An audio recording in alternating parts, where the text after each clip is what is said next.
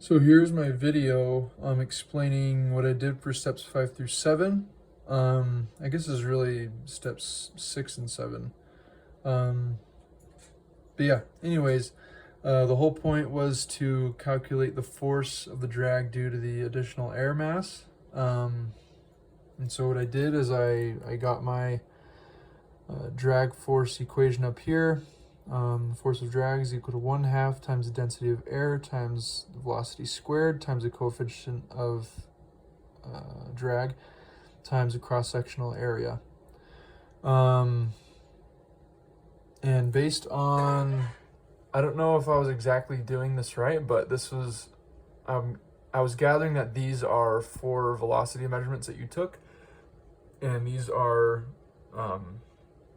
using these velocity measurements, these are the drag values that you got.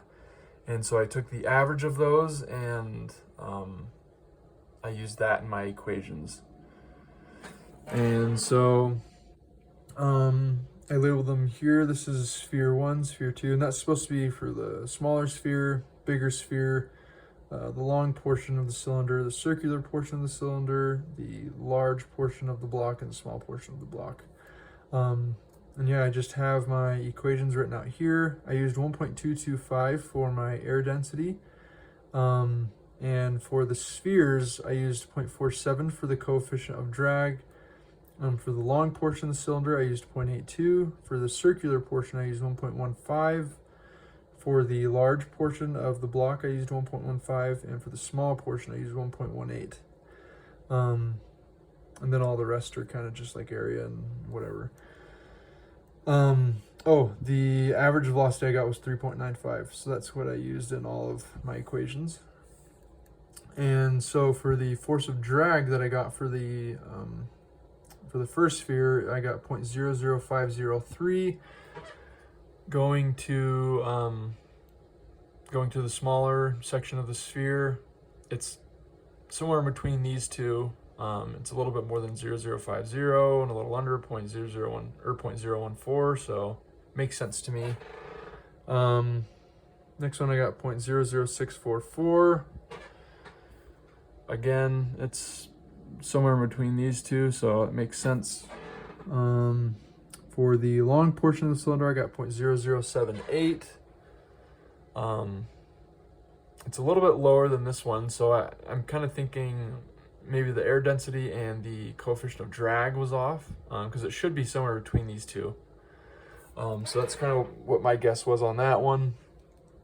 For the circular portion of the cylinder, I got 0.0056.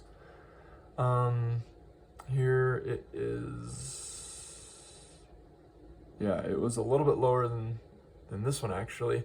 Again, I think that had something to do with the coefficient of drag I was using. I don't know if it was necessarily the right one, but that was kind of the best one I could find.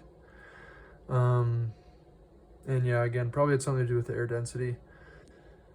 For the large portion of the block, I got 0.0156. Over here, it is somewhere between these two, which makes sense. So yeah, I don't know, because these other ones are adding up a lot more than these two are, I kind of think it's the coefficient of drag that I'm using. I think that is what's off, and not necessarily the air density. But I definitely do know that one of those two is off with both of these shapes. But anyways, go to the last one. And for the small portion of the block, I got 0.0051. And for the small portion, it is somewhere in between these two. So again, that one's a little off. Might be because of the coefficient of drag. And then here I have the graphs that we were supposed to make in part 7. So I kind of labeled them all: small sphere, large sphere, long part of the cylinder, circular part of the cylinder, large part of the block, small part of the block. And so here you can see I have my equation for each one. Spend a second on those so you can get a good look at them.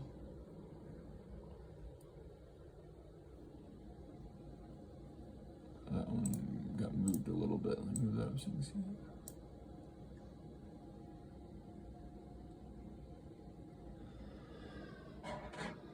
Yeah, that is steps 5 through 7.